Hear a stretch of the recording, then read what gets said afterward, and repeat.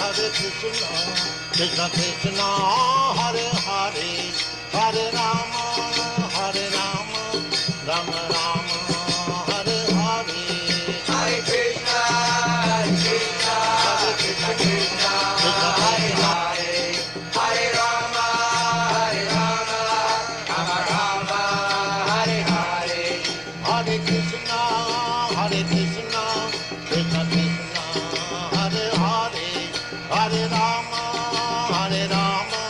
Rama Rama, Hare Hare. Hare Krishna, Krishna Krishna, Hare Hare, Hare Rama, Rama Rama, Hare Hare. Hare Krishna, Krishna Krishna, Hare Hare, Hare Rama, Rama Rama, Hare Hare. Hare Krishna, Krishna Krishna, Hare Hare, Hare Rama, Rama Rama, Hare Hare. Hare Krishna, Krishna Krishna, Hare Hare, Hare Rama, Rama Rama, Hare Hare. Hare Krishna, Krishna Krishna, Hare Hare, Hare Rama, Rama Rama, Hare Hare. Hare Krishna, Krishna Krishna, Hare Hare, Hare Rama, Rama Rama, Hare Hare. Hare Krishna, Krishna Krishna, Hare Hare, Hare Rama, Rama Rama, Hare Hare. Hare Krishna, Krishna Krishna, Hare Hare, Hare Rama, Rama Rama, Hare Hare. Hare Krishna, Krishna Krishna, Hare Hare, Hare Rama, Rama Rama, Hare Hare. Hare Krishna, Krishna Krishna, Hare Hare, Hare Rama, Rama Rama, Hare Hare. Hare Krishna, Krishna Krishna, Hare Hare, Hare Rama, Rama Rama, Hare Hare. Hare Krishna, Krishna Krishna, Hare Hare, Hare Rama, Rama Rama, Hare Hare. Hare Krishna, Krishna Krishna, Hare Hare, Hare Rama, Rama Rama, Hare Hare. Hare Krishna, Krishna Krishna, Hare Hare, Hare Rama, Rama Rama, Hare Hare. Hare Krishna, Krishna Krishna, Hare Hare, Hare Rama, Rama Rama, Hare Hare. Hare Krishna, Krishna Krishna, Hare Hare, Hare Rama, Rama Rama, Hare Hare. Hare Krishna, Krishna Krishna, Hare Hare, Hare Rama, Rama Rama, Hare Hare. Hare Krishna, Krishna Krishna, Hare Hare,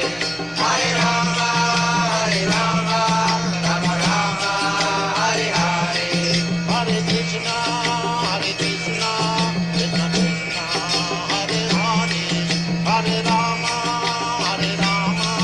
Rama Rama, Hare Hare. Hare Krishna, Krishna Krishna, Hare Hare, Hare Rama, Rama Rama, Hare Hare.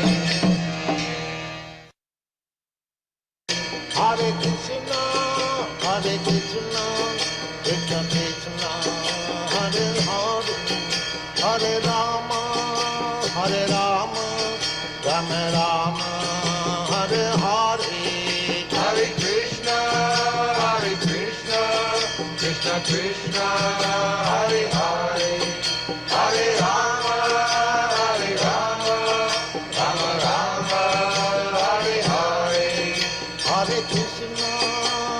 Krishna, Krishna Krishna, Hare Hare, Hare Rama, Hare Rama, Rama Rama, Hare Hare, Hare Krishna,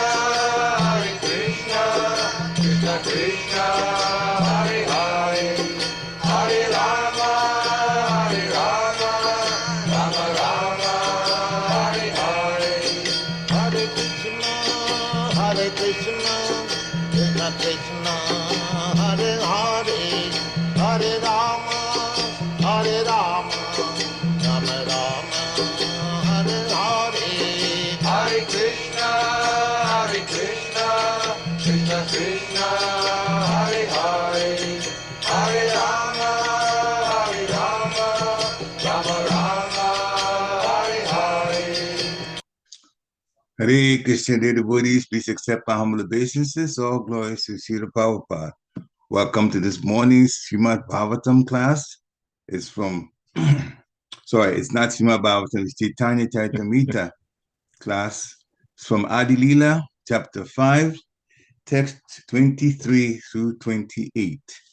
And we're very fortunate this morning to have His Grace Balabhadra Prabhu ISKCON Atlanta to give the class. Hare Krishna Prabhu. Hare Krishna Please Prabhu. accept our humble obeisances. All glories to Srila Prabhupada. So nice to see you. Hare Krishna. Thank you, Prabhu. It's all yours. Okay. Jai Jai Sri Chaitanya, Jai Nityananda, Jai Rohita Chandra, Jai Gaura Bhakta Vrinda, Jai Jai Sri Chaitanya, Jai Nityananda, Jai Rohita Chandra, Jai Gaura Bhakta Vrinda, Jai Jai Sri Chaitanya, Jai Nityananda, Jai Rohita Chandra, Jai Gaura Bhakta Vrinda. So since we have multiple verses, I'm just going to read the first few, and then the last two you can have devotees repeat, because there's a purport. Text 23. Mathura Dwara Kaya Nija Rupa Prakashya Nana Rupe Vilasaye Chatur Vyuha Haina.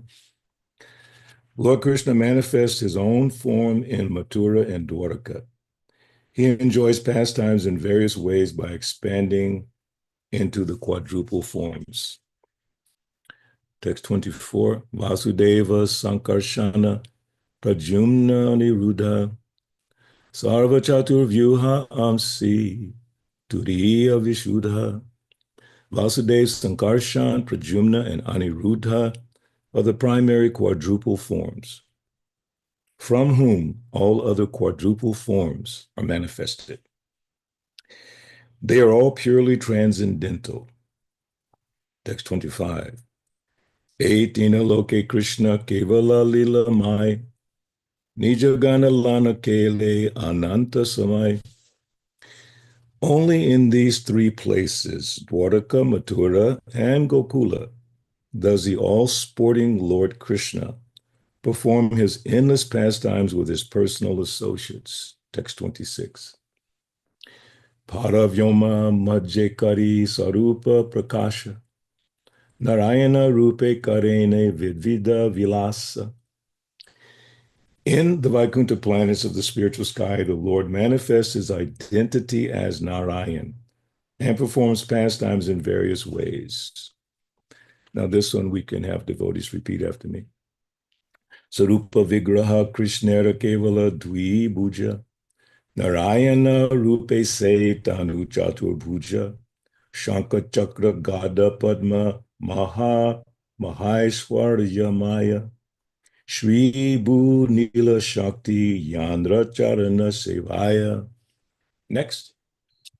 Swarupa Vigraha Krishnera Kevala Dvibhuja Narayana Rupe Se Tanu Chatur Bhuja Shankar Chakra Padma Maheshwarya Maya Shri Nila Shakti Chandra Charana Sivaya.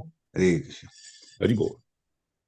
Swarupa Vigraha Krishnera Kavela Dvibhuja Narayana Rupa Se Tanu Chaturbhuja Shankha Chakra Gada Padma Maheshwarya Maya Shri Bhunila Shakti Yanra Charana Saveya. Hare Krishna.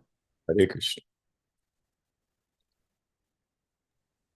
स्वरूप विग्रह कृष्णेर केवल द्विभुज नारायण रूपे से तनु चतुर्भुज शंख चक्र गदा पद्म महेश्वर्यमय श्रीभूनील शक्ति यानर चरणे सेवया. हरे Krishna. Hare Krishna. Anyone else? Rupa Vigraha Tresara Kevala Diva Bhuha Narayana Rupe Se Tanu Gatur Bihuja Sankaha Kara Gada Padma Ma Esraya Maya Sri Buha Nita Sika Yana Karna Seva. Haribo. Hare Krishna.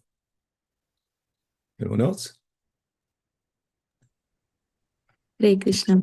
Haribo. Swarupa Vikruha Krishnera Kevala Dvibhuja Narayana Rupe Se Tanu Chaturbhuja Shankha Chakra Gada Padma Maheshwarya Maya Shri Bhunila Shakti Yanera Charana Sevaya. Hare Krishna. Okay. Word for word. Sarupa Vigraha, personal form. Krishnera, of Lord Krishna. Kevala, only. Dvibhuja, two hands. Narayana Rupe, in the form of Lord Narayan. Say, that. Tanu, body. Chatubhuja, four-handed. Shankha Chakra, conch shell and disc. Gada, club. Padma, lotus flower. Maha, very great. Aishwarya Maya, full of opulence. Shri, named Shri. Bhu, named Bhu. Nila, named Nila.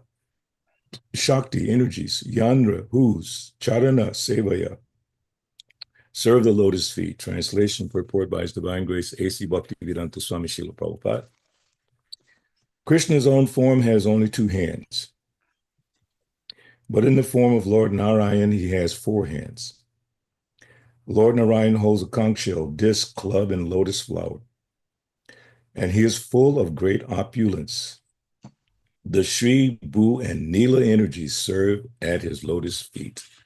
Report by Srila Prabhupada. In the Ramanuja and Madhva sects of Vaishnavism, there are extensive descriptions of the Shri, Bhu, and Nila energies. In Bengal, the Nila energy is sometimes called the Lila energy. These three energies are employed in the service of four-handed Narayan in Vaikuntha.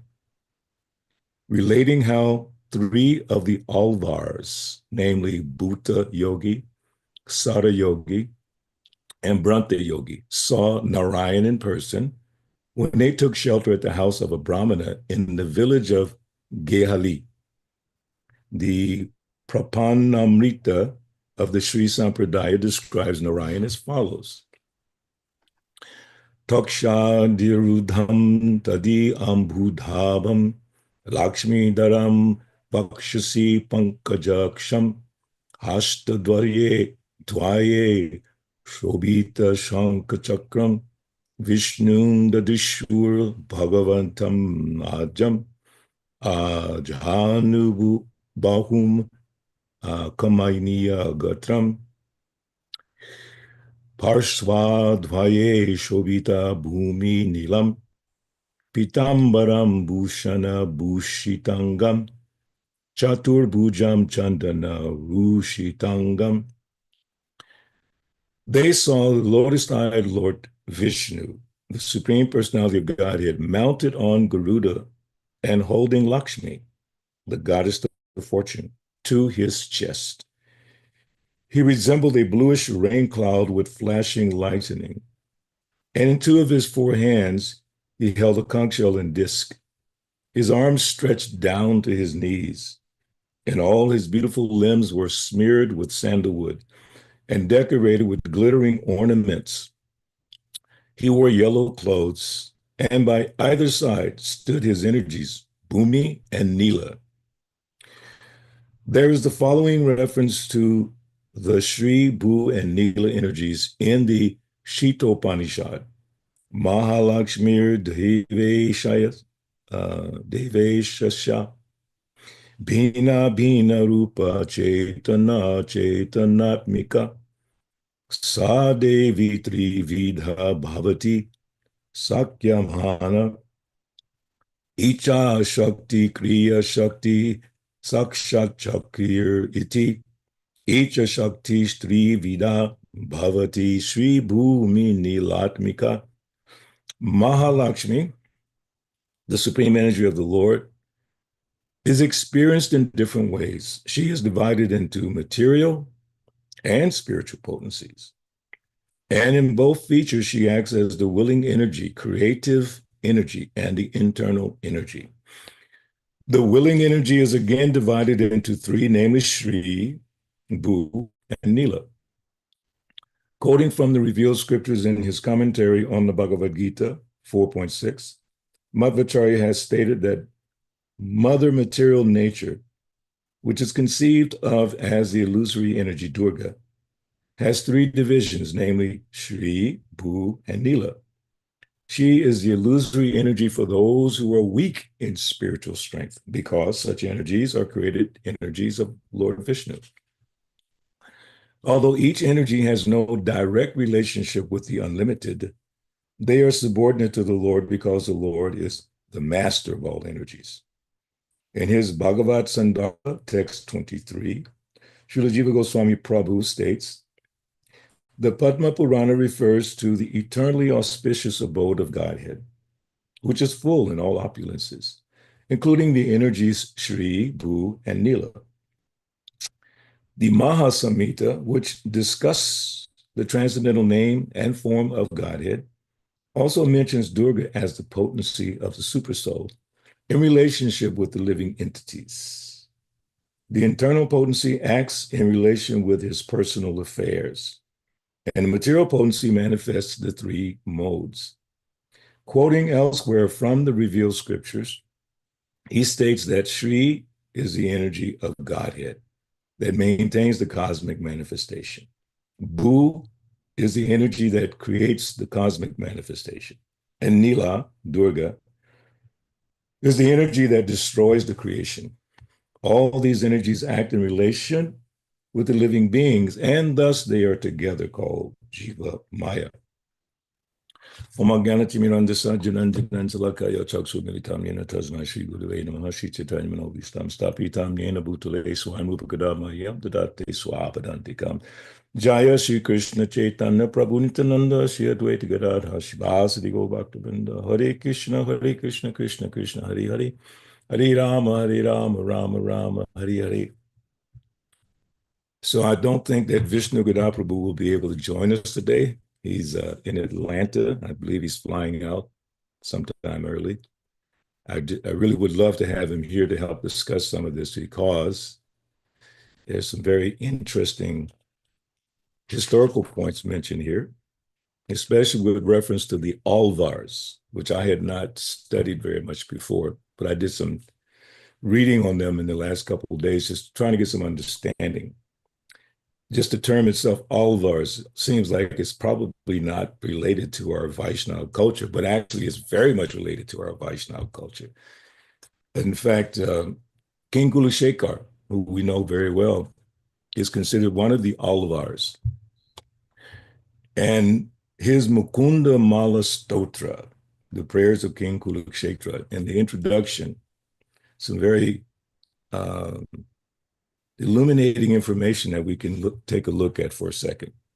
This is the first 6 verses of this book was translated by Srila Prabhupada in the 1950s, I believe.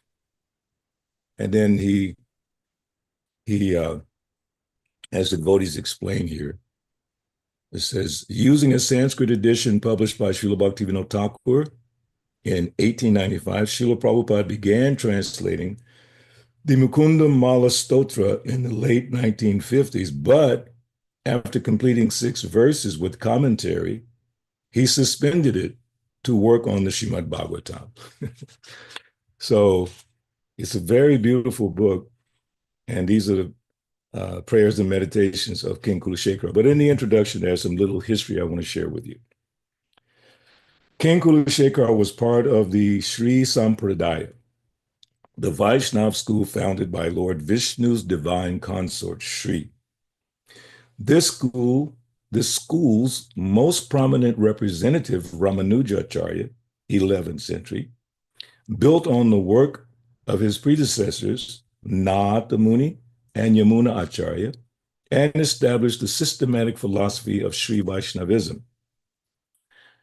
But these acharyas came in an already old tradition, that of the ecstatic mystic poets called Alvars.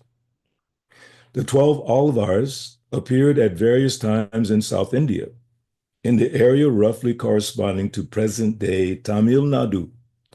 According to the tradition of the Sri Vaishnavas, the earliest Alvars lived more than 5,000 years ago, at the start of the present age, Kali Yuga, while the most recent lived in the first millennium AD.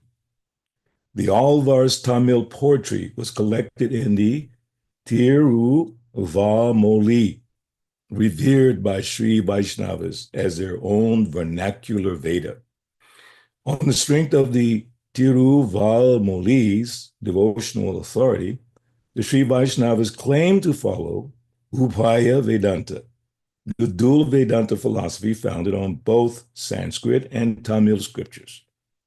Some Alvars were atypical renunciants. The third Andal was a woman, and 3 were involved in governing. Among these was the 10th Alvar, Kulashekar Perumal, who was a ruling king in the Cheda dynasty of Malayan Nadu, in what is now Kerala. Modern scholars say he may have lived during the 9th century AD. So that's a little history on the Alvars. Again, I didn't know very much about it because I haven't taken a lot of time in the past to really look at it, but this is just very interesting how they were mystic poets in our Vaishnav tradition. There's a little bit more here I want to share. After some years, now this is about King Kulashekara.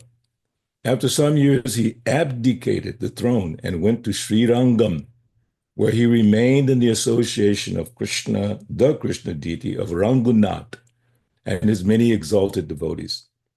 At Sri Rangam, Kurukshetra is said to have composed his 2 great works, the Mukunda Mala Stotra in Sanskrit, and 105 Tamil hymns, which were later incorporated into the Tiruvamoli under the title Perumal Tirumoli.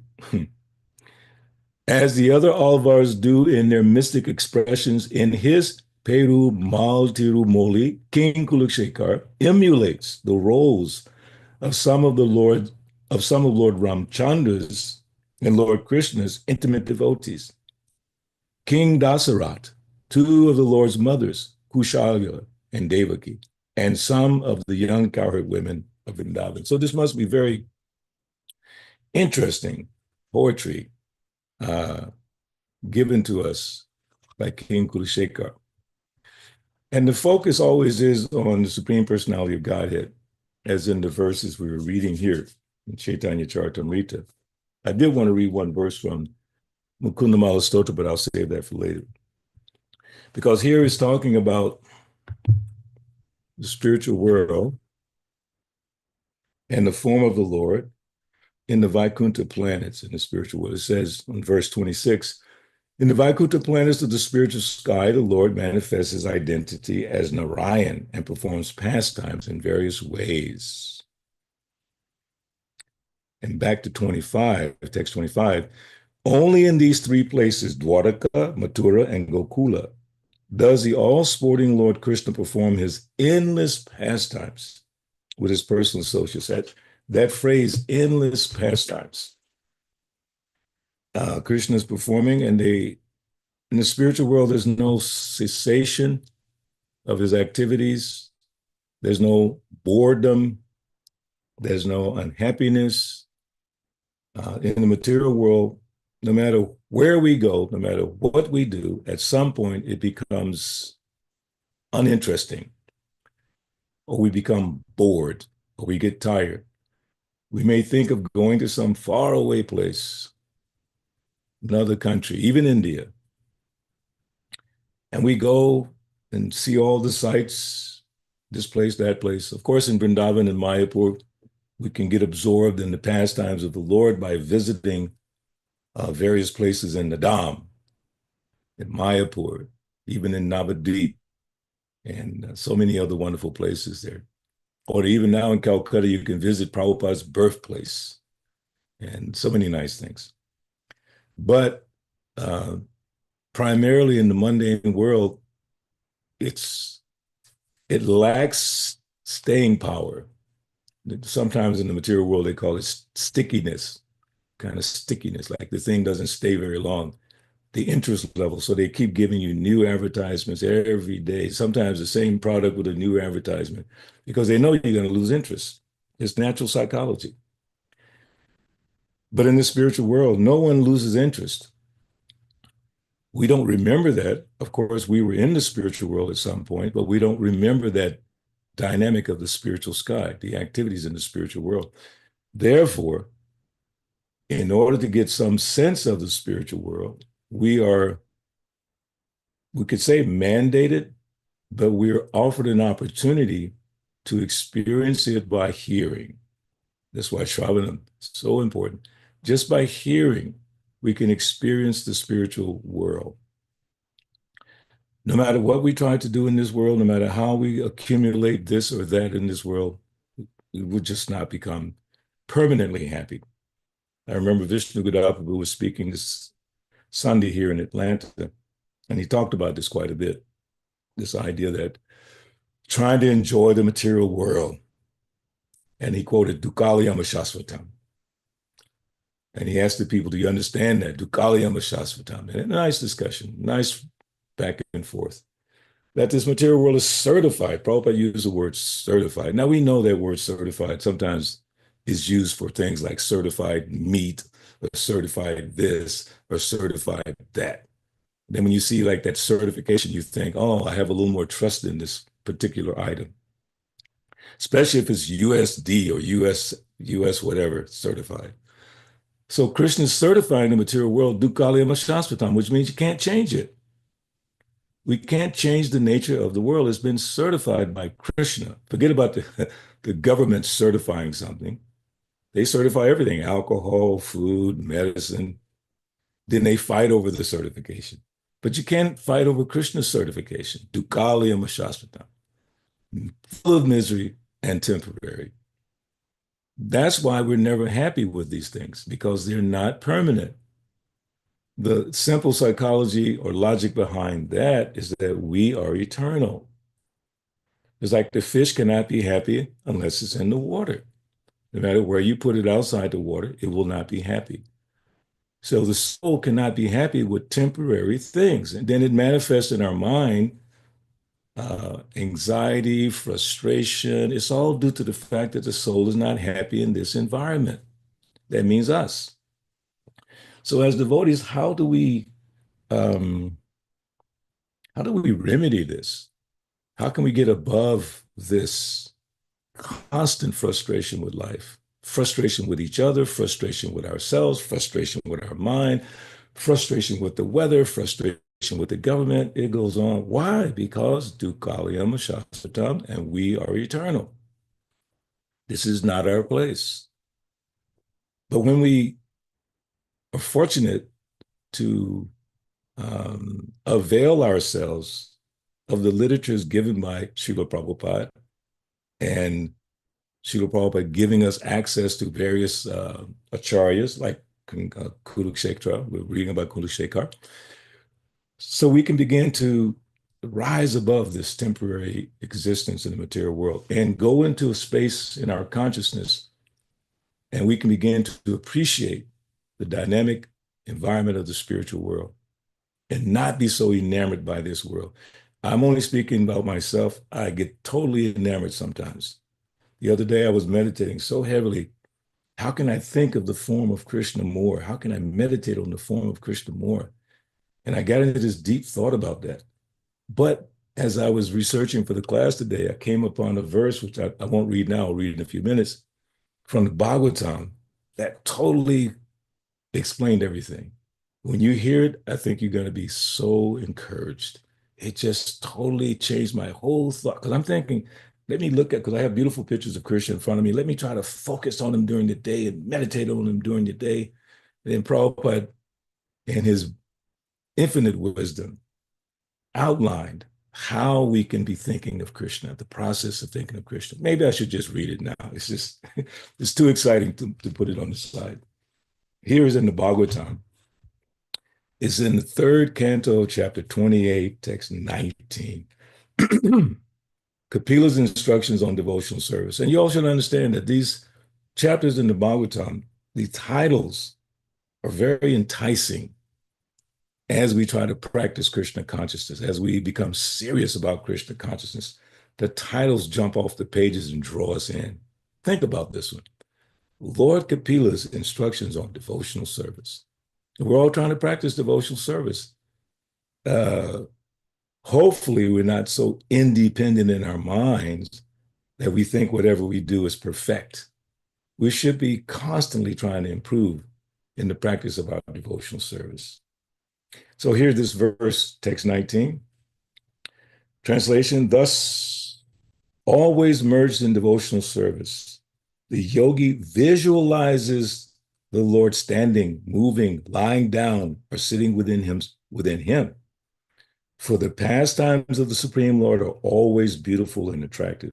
So again, that's where my mind was. I was remembering some things from the Bhagavatam and some things from the Bhagavad Gita about thinking of the Lord. So then the question became, how do I improve? How do I increase that thinking of the Lord? So listen to this purport.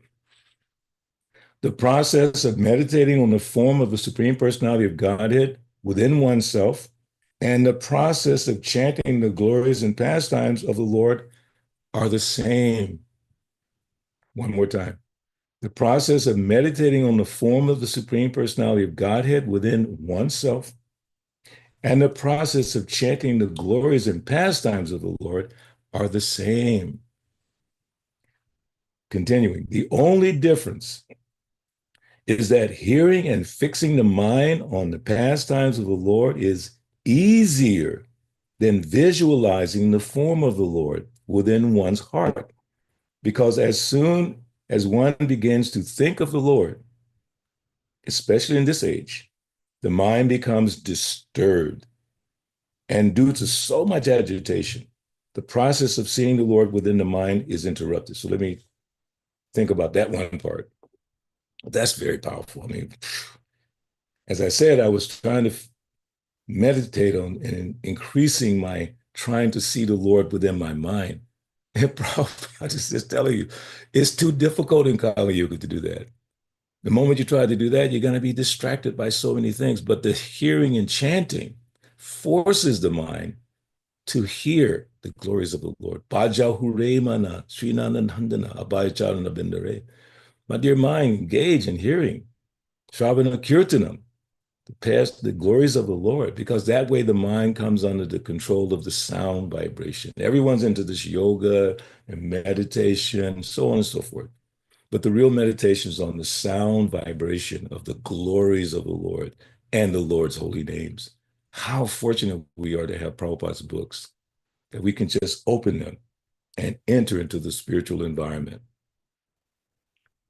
Just open the book, read a few sentences, and go into the spiritual environment. He goes on, when there is sound vibrated,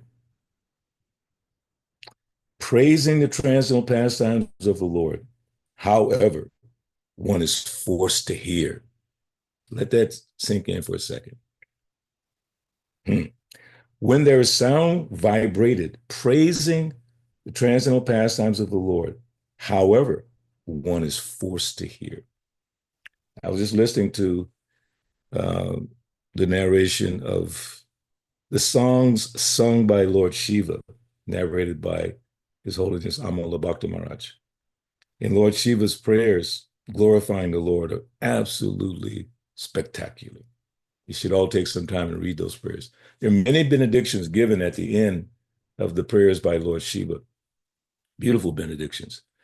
And Lord Shiva's describing like a rain cloud, and the rain comes down, and the Lord's bodily features glisten like the raindrops being hit by the sun. Absolutely amazing. And that takes your mind to a whole nother dimension. Instead of thinking, who is in charge of the government? How can I make more money? Who is it that caused me trouble yesterday? Or who's going to cause me trouble in the future? Let me figure out a way to block any possible problems in my life. What a waste of time. Just hearing glorification of the Lord is what we're looking for. That's what the soul is hankering for. We think it's something else because we're so covered. Karmatmaka yena sarita bandha. We're bound up in this fruitive activities, and our vision has been covered. Therefore, premanjana charita bhakti vilochanena sandat sadaiva hridayeshu Valokayanti yan shaima sundaram achincha gunasarupam govindamari purusham tamam. So that's clearing up this polluted, clouded vision through the process of Krishna consciousness with love. It goes on. That hearing process enters into the mind, and the practice of yoga is automatically performed. For example, these Prabhupada's practical examples. For example, even a child can hear and derive the benefit of meditating on the pastimes of the Lord simply by listening to a reading from the Bhagavatam that describes the Lord as he is going to the pasturing ground with his cows and friends. Hearing includes applying the mind. In this age of Kali Yuga, Lord Chaitanya has recommended that one should always engage in chanting and hearing Bhagavad Gita. The Lord also says that the Mahatmas, or great souls, always engage in the process of chanting the glories of the Lord. And just by hearing, others derive the same benefit. Yoga necessitates meditation on the transcendental pastimes of the Lord, whether he is standing, moving, lying down, etc. So I just find it so, I don't know, it resolved the issue for me. I hope it helps some of you as well. It really resolved the issue for me. That I really need to, as I wrote down earlier, increase focus on the practice of daily hearing the glories of the Lord, primarily from Srila Prabhupada's books and other bona fide BBT books. How difficult is that? Unless we're illiterate, we don't know how to read, even that's not a problem because everything is recorded.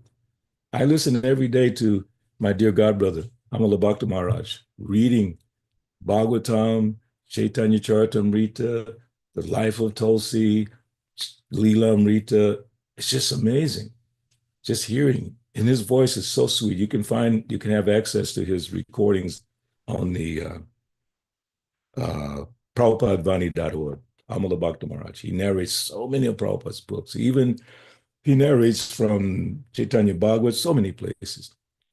So where is excuse? We don't have an excuse for not increasing this process of hearing. If hearing is so important, I mean, we've heard it over and over and over again. So if we want to enhance or improve our meditation on the Lord, as I was meditating on trying to do, by the grace of Srila Prabhupada and looking at some information for the day, my mind was pacified because I love to read Prabhupada's books. So if I'm doing that, I'm meditating on the Lord's form, transcendental activities. My mind is being purified by hearing these vibrations. Now, the next thing is I have to increase my faith in this process. It's like you take a medicine and you have some chronic disease and you start taking the medicine. You may not feel the results immediately, but if you're smart and you measured twice and cut once, as in doing your due diligence, and you checked out the doctor, you checked out the hospital, you checked out the reviews and everything. So you say, okay, the doctor told me to do this. He said, in 10 days, I'll improve. 5 days, I don't feel it, but he said 10 days, I'll improve. 6 days, 7 days. And then the 10th day, maybe it starts to, you feel some change. He said, oh, but the initial was having faith in the instructions of the doctor, or having faith in whatever it might be, musical training, education, whatever. How much faith does it take to go to school from the first grade to PhD with the hope of getting something at the end? All along the way, you find these teachers who encourage you to have faith, keep going, keep trying. In Krishna consciousness, we have the same thing. We have the acharyas telling us, like Srila Bhaktivinoda Thakur says in the English to one of his beautiful songs. The English title of the song is Heroic Man, stand heroic man. So he says, let the past sleep, ne'er the future dream at all, but act with times that are with thee, and progress ye shall call. He's giving us that kind of motivation that if I just focus on the here and now, right now, this moment, today, right now, we're all on this call. I think it's about almost 20 devotees. We're all on this call. Some of us may be focused on, we have to go to work, we have to go to school, we have to take care of the kids, so many things we have to do. But whatever time you can in the scope of this, 1 hour or 45 minutes, whatever it is, focus in on what we're trying to discuss here. That's why I do a lot of reading, because it's not just me speaking, it's us hearing together. Matchita matkata prana bodhiyantas parasparam. Katayantas tamam nityam tushanti cha ramanti cha. That part is so important. Devotees derive great satisfaction and bliss, enlightening one another about me, Krishna. So whatever time you can focus in, because that practice of focusing in will increase over time. So you should always be thinking, how can I improve? As they say in the business world, there's only one question you should ask. How can I improve upon that which I already do every day? You're making a product, how do you improve it? Like, for instance, the Apple, phone and iPhone and earbuds, whatever, they keep improving every year and every year. So we should be improving every single day. But we have to know what it is we need to do to improve. So we have to have faith in what Prabhupada's telling us. Prabhupada's sharing with us what Lord Chaitanya has said, what Krishna has said, how to practice devotional service. And there's so many verses.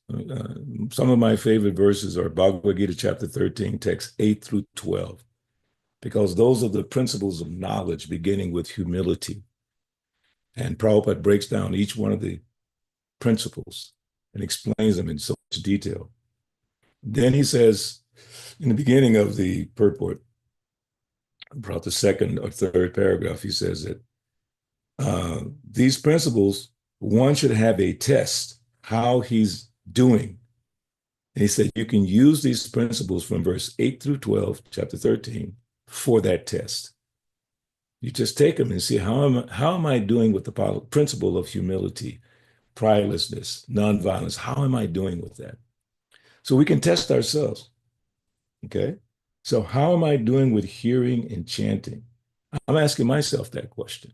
How am I doing? I have a principle that when I wake up in the morning, even before I chant japa, I read Bhagavad Gita and Prabhupada's letters for about 15, 20 minutes, just to get my mind out of that dream state, out of that ignorant state, focus. And then when I chant, it's just really inspiring.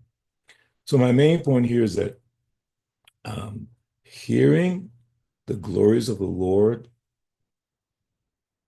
is the key to open up the door to the spiritual world. While we're here in this world, we can begin to appreciate the spiritual world. So I want to finish with a little something from the spiritual world.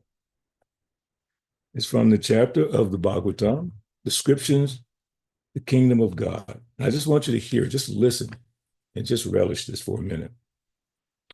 Starting with text 13, chapter 15, third canto, Description of the Kingdom of God.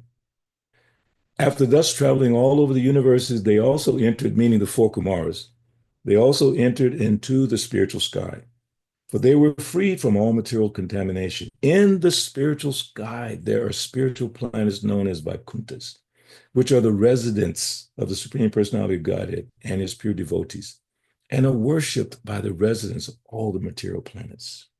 Just one thing I extracted. In the spiritual sky, the planets are called Vaikunthas because the residents of these planets are free from all anxieties. For them, there is no question of birth, death, old age, and diseases, and therefore they are not anxious. Next verse. In the Vaikuntha planets, all the residents are similar in form to the Supreme Personality of Godhead. They all engage in devotional service to the Lord without desires for sense gratification. Here in the purport, he says, in Vaikuntha Loka, there is no occupation but the service of the Lord. And this service is not rendered with a purpose. Although every service has a particular result, the devotees never aspire for the fulfillment of their own desires. Their desires are fulfilled by rendering transcendental loving service to the Lord. A couple more verses. In the Vaikuntha planets is the Supreme Personality of Godhead, who is the original person and who can be understood through the Vedic literature. He is full of the uncontaminated mode of goodness, with no place for passion or ignorance. He contributes religious progress for the devotees. Let's see. In those Vaikuntha planets, there are many forests which are very auspicious. In those forests, the trees are desire trees. And in all seasons, they are filled with flowers and fruits because everything in Vaikuntha, the Vaikuntha planets, is spiritual and personal. In the Vaikuntha planets, the inhabitants fly in their airplanes, accompanied by their wives and consorts, and eternally sing of the character and activities of the Lord, which are always devoid of all inauspicious qualities. While singing the glories of the Lord, they deride even the presence of the blossoming Madhavi flowers, which are fragrant and laden with honey. Ooh. See, just maybe one more. When the king of bees hums in a high pitch, singing the glories of the Lord, there is a temporary lull in the noise of the pigeon, the cuckoo, the crane, the chakravaka, the swan, the parrot, the partridge, and the peacock. Such transcendental birds stop their own singing simply to hear the glories of the Lord. And this one I had to highlight. This is verse 19. Although flowering plants like the Mandara, Kunda, Kurabaka, Utpala, Champaka, Arana, Punaga, Nagakeshara, Bakula, Lily, and Parijata are full of transcendental fragrance, they're still conscious of the austerities performed by Tulsi. For Tulsi is given special preference by the Lord, who garlands himself with Tulsi leaves. So I just took this one sentence from the purport. The most important thing about the spiritual world is that there is no envy among the devotees. The most important thing about the spiritual world is that there is no envy among the devotees there. So did Prabhupada not say that the temple is the spiritual world, Vaikuntha? That's the atmosphere for the temple. Our whole effort should be to make the temple more Vaikuntha. In order for it to be Vaikuntha, there cannot be envy. Cannot. There cannot be envy amongst the devotees, pulling each other down, dragging each other down to lift ourselves up. For what purpose? Lift ourselves up for what purpose? Are we trying to be Krishna? Are we trying to be the center of attention, of attraction? No. Trinada peace in the chain now. We should always try to be humble, blade of grass, tolerant like the tree. Whoever we are, whether we're leaders, so-called followers, congregation, GBC, ABC, doesn't matter. Doesn't matter.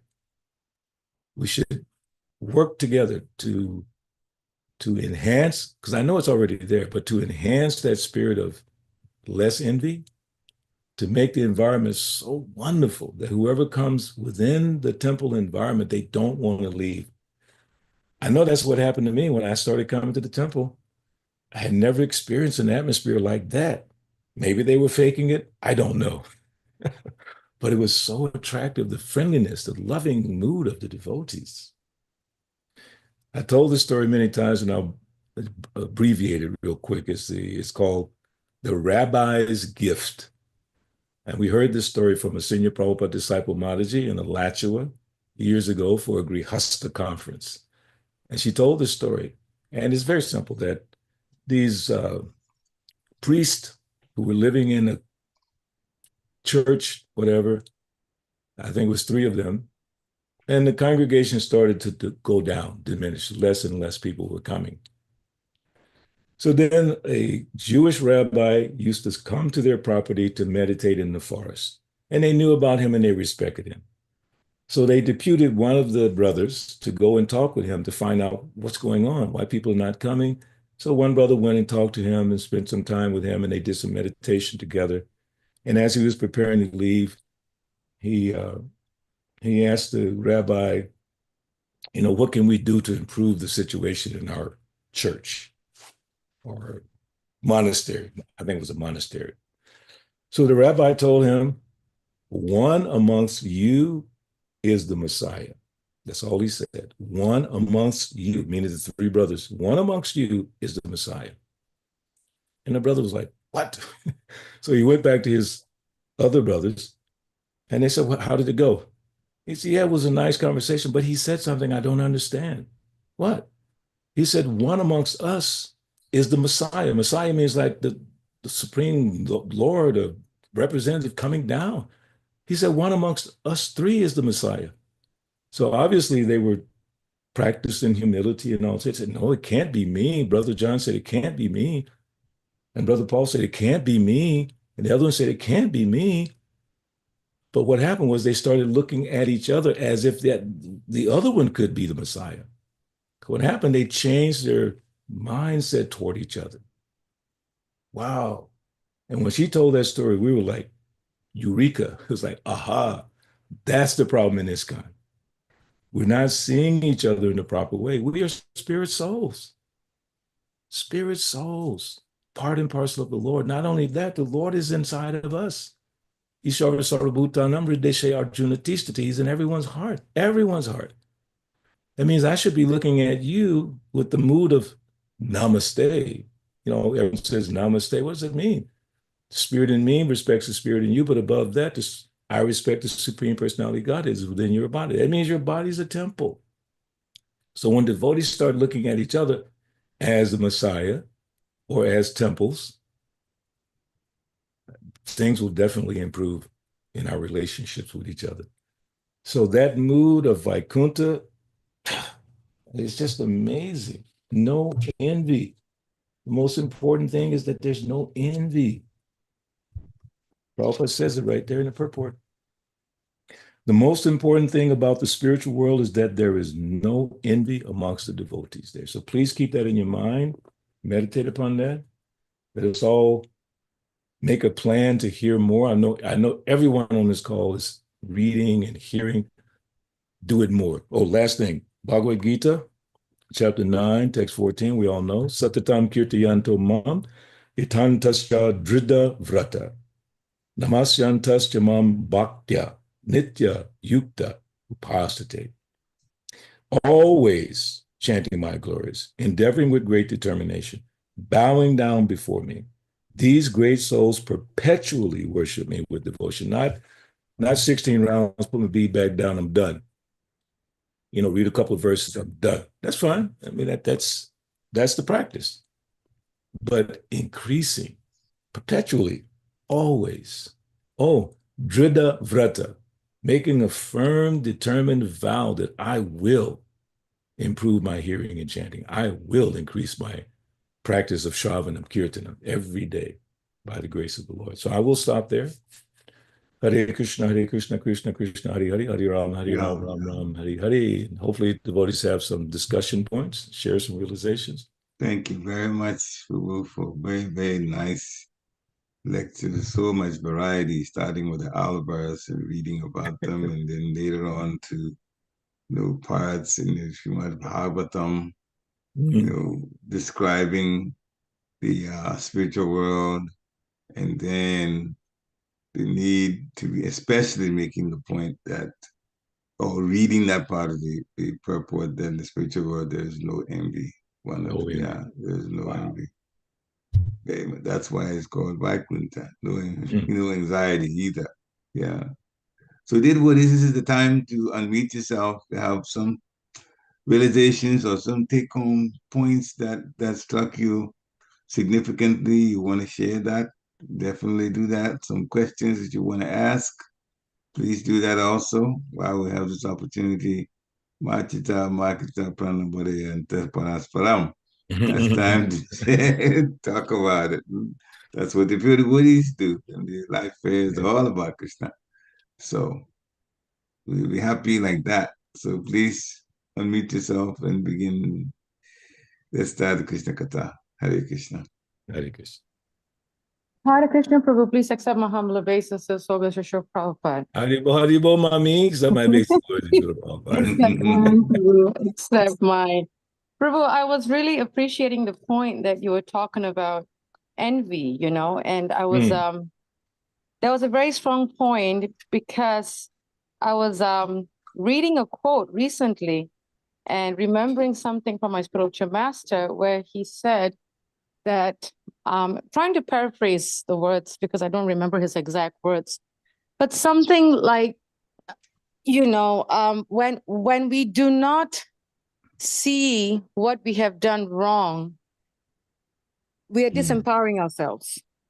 And I really like how he put that, he was saying, because we are given the opportunity, because I think you're saying something about, in companies, right? It's like, how can we do better?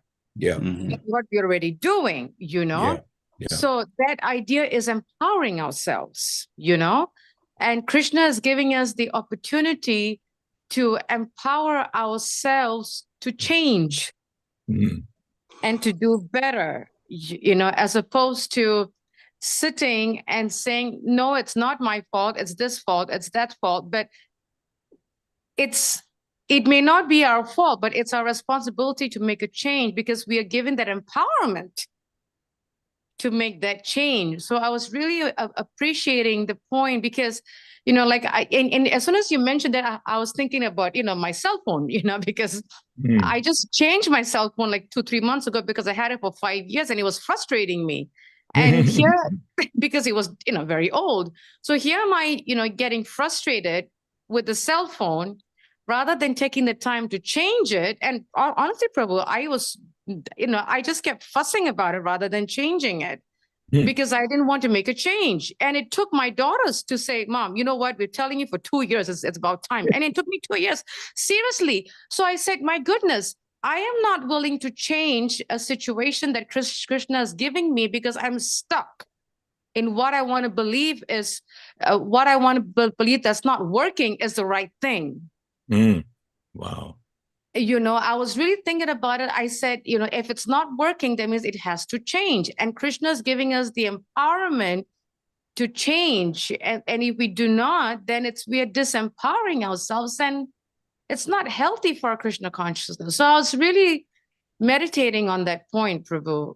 We have the opportunity to change. We have the opportunity to make, wrong good, whether it's our fault or it's not our fault. But Krishna is giving us the chance, saying, hey, it's here it is. You take it or you drop it like a hot potato, I was just thinking about that, Prabhu. Thank you. Thank you. That's a beautiful meditation. And, here's another quick little mundane example. I heard this years ago. Mine was mundane too. No, because sometimes we're just lazy. We're just lazy.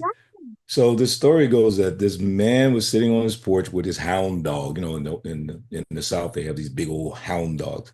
And the hound dog sitting on the porch. So a salesman comes up to his porch and he talks to him, da-da-da. And he says, "What's going on with your dog? He's just moaning all the time. Just moaning and groaning and moaning and groaning." And the man said he's sitting on a nail, but he's too lazy to get up. Hare Krishna. I mean, you're just like suffering, but too lazy to even, like you said, honestly, to just try to improve. We're stuck. And the pain is not bad enough yet. I mean, how much more pain do we need to make us realize that this is not working? It's just not.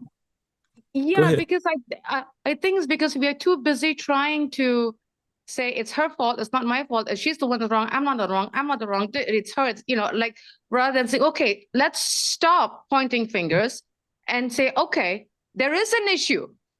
How to make the situation better? That's as it. Opposed, it's like, a good example is, last year when we had the temple flooding, he was unexpected.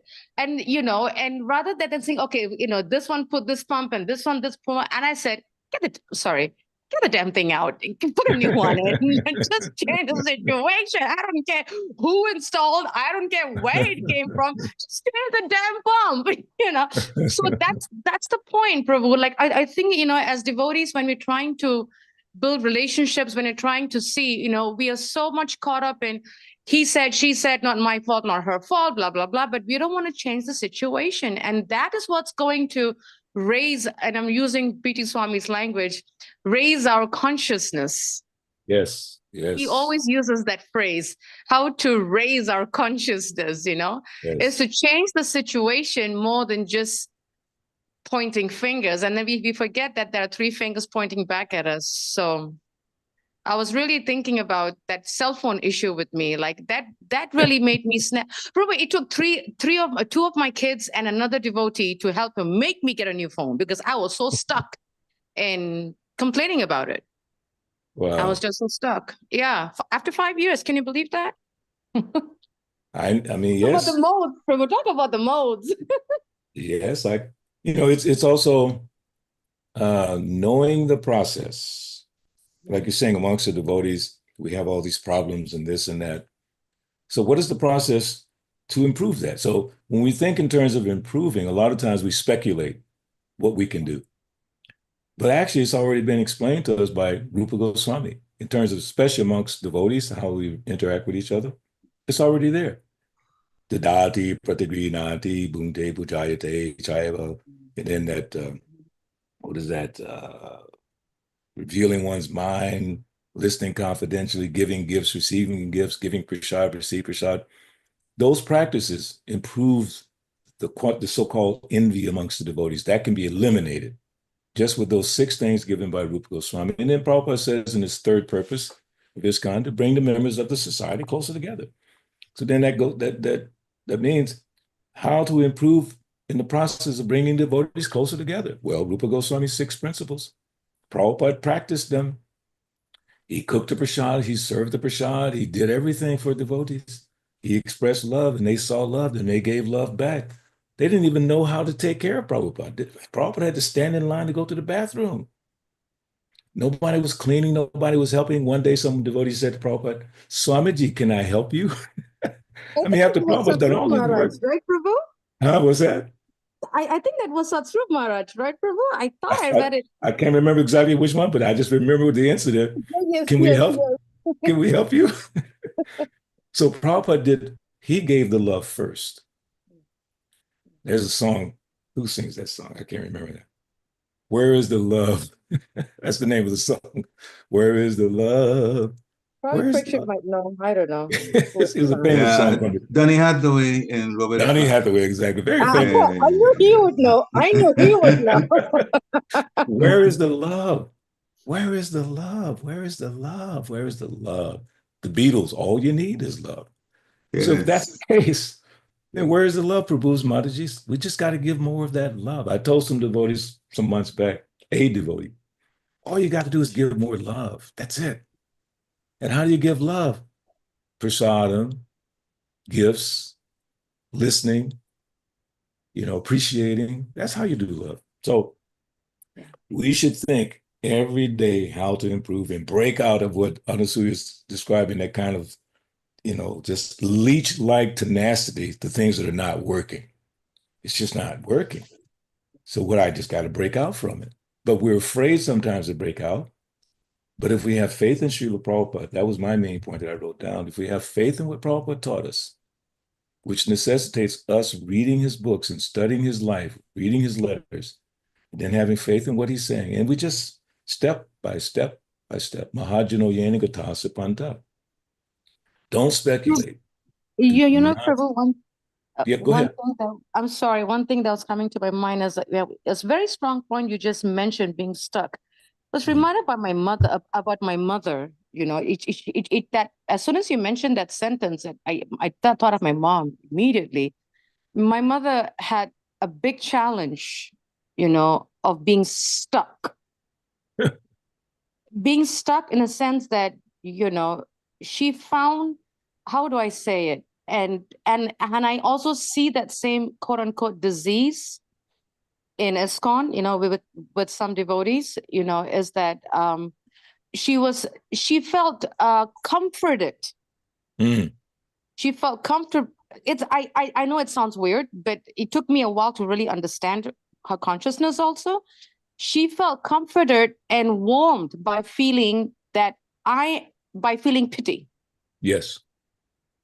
I'm the one that's innocent. You're the one that's wrong. You are doing this to me. You're doing this to me. You're the one at fault. She really, really, really felt so much comfort, Prabhu. It was so painful for me to see her go through that. I just could not. That's one thing that I failed as a daughter. I could not get her out of that, no matter how much I tried. And I see that same disease even in ISKCON sometimes, that we just find, yes, we are stuck. We are comforted by feeling that, I'm the right, you're the wrong, as opposed to making a change of the situation. Because my mother was exactly that. And it was until her last breath, Prabhu, it was very painful for me to see her go through that, because I tried to get her out and I couldn't. And sometimes when I think about it and I think of some of us struggling with that, it's very scary for me. Wow. It's very scary because we unknowingly, we don't know that we are actually being comforted by feeling good that it's not me, it's the other person. And she did it for 40 years. Now you just did something very important. What is that? Why am I forgetting the Sanskrit, right? You just revealed your mind in confidence to all of us on this call, something very personal to you. That means our love for you is increasing because you're practicing the principles of Rupa Goswami by revealing your mind. What is that Sanskrit? I can't think of it right now, Pariksha. Why am I losing it? I don't know the Sanskrit for that one. I know it's just Can you say senior moment? What is that? Yeah, you have more than the senior moment. The nectar of instruction. Yeah. But let's remember that Krishna is a source of forgetfulness. It's a joyful moment. I'm forgetting. That's what a blessing, because I can think of Krishna. But the point is, you're practicing by sharing. This is another problem. Devotees don't share enough with each other. We try to act like we're already there, and we're not. We know we're not there yet. Like that old kind of thing where the kid sits in the back seat, said, "Are we there yet? Are we there yet?" Answer is no. We're not there yet. That was my second daughter. Hare Krishna. We're not there yet. So practicing, sharing with each other brings us closer. Prabhupada said, bring the members closer together. How do you come closer together if I don't trust you? The reason I don't trust you because I don't know you. The reason I don't know you because you never showed me who you really are. You're not showing me who your real self is. I mean, you just showed us something about your life. And you remind me of my older sister who passed away, about the flooding in the kitchen thing. Same thing happened to her church. Exact same thing happened in her church in Maine. And at her funeral, all her friends, ministers and leaders from Maine, he said, that lady was intense, man. When that place flooded, she just dragged us all from all over Maine and said, come and help. So she was like, my sister was just incredibly strong, you know. But you shared your heart. I pray that devotees begin to share their hearts more so we can know each other. We can know our frailties, what we're struggling with. I mean, I told you from the beginning of the class, I was struggling with this idea how to meditate on Krishna's form more and looking at his picture. Then Prabhupada just opened it up right there. So I wanted to share that with all of you. I'll share one last point and I'll No, stop go ahead. talking, Prabhu. You can share more. I love it. No, because I'm remembering a statement, by B.T. Swami, Bhakti Swami, where he would always say, probably my Prakshit can probably say it better, is what is in the closet? No, what is hiding in the closet will come out. And what is not hiding, is that how he said it? I'm trying to ask my husband. He knows that phrase better. Where did Prakshit go? You're on mute. Prakshit, you're on mute. I don't remember exactly how it goes. But meaning what is hiding in the closet will come out. Yeah. And what is not hiding will also come out. So either way, we can't hide. It's gonna come out. It's gonna come out. So we gotta share, and be very open rather than putting up this Miss Goody, all perfect, we got it together picture. Because my thing is, I know I don't have it together, because if I do, then why am I in this material world? Because I don't have it together. I don't have it together. And I was telling one devotee yesterday, when you're talking about meditating on Krishna, Prabhu, is I was telling one devotee, because I cooked the lunch offering, and he was asking me what rice it was because I made something different. And 2 minutes later, I was thinking, my goodness, every single day we are having Mahaprasadam lunch from Nitai Gaura Chandra. Wow. I was thinking, that how fortunate we are. I'll stop talking. You can answer the question. I'll stop talking. Actually, Hare Krishna. So what came in mind, they didn't use the word closet. He says, whatever you have will come out. Whatever you have will come out. Whatever you don't have will also come out. In other words, you can't fake stuff. we'll see eventually. And what's your honest personality will also show. It will show. You might as well let them see it, right? That's how you improve. Yeah, working on each other. Hare Krishna. Thank you. Any last comment? Oh, there's something in the chat. That's a question in the chat by Dear Krishna. Yes, very nice question, actually. Hare Krishna, please accept my humble obeisances. All glories to Srila Prabhupada. Actually, he's left. I know it has to be work related. All glories to Srila Prabhupada. Thank you for the beautiful discourse. You took us on a guided Disney tour of the blissful spiritual world. Question: how can we develop this mood of humility practically, like those three rabbis? Default mood is usually that we expect others to be humble. And what is true humility? So that's two related questions about. Well, take the last word first. True humility is what Prabhupada said humility is. I defer to Srila Prabhupada. I know there's other definitions, even by different devotees. I defer to Srila Prabhupada. He says, humility means not being anxious for the satisfaction of being honored by others. That's from chapter 13, verses 8 through 12. The first principle being humility. Amanitam, I believe, is the Sanskrit. So how do you increase that? Bhattacharya Maharaj taught us in Atlanta when we were living together as brahmacharis. I was so fortunate to be with him as a brahmachari. And we knew his glories. Prabhupada said that no one can match the austerities of Ganesham, his name before Bhattacharya. So we asked him, Bhattacharya Prabhu, how can we become more humble? You know what he said? You offer obeisances 100 times a day to the devotees. And after we heard that, we started keeping a check. How many times did I offer obeisances? Prabhu, you already offered 5 times, but I need to do 10. And we just kept doing it. And it really did make a difference by humbly presenting yourself to the devotees. Like, devotees say, Dandavat pranams. Prabhupada says, well, where's the danda? Where's the danda? Danda means like a rod. So I'm reading Prabhupada's letters. He says, please accept my humble namaskar. He's saying to all these people he's writing to, my humble namaskar. He didn't say dandavat because dandavat means you get down like a rod.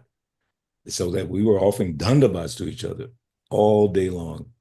You know, didn't interfere with service. It just helped us improve in our appreciation for each other. So that's what I would say to dear Christian Prabhu, that those two things, offering world obeisances to devotees, do not neglect that. Even in your phone calls, even in your emails, don't neglect that. Keep that mood going. And then, what was the second part of his question? Okay. And then about the second part is what you answered, the true humility. Then the first one is how can we develop the mood of humility practically, like those three rabbis? Yeah, so the same thing. They were three Catholic monks, and then there was a rabbi.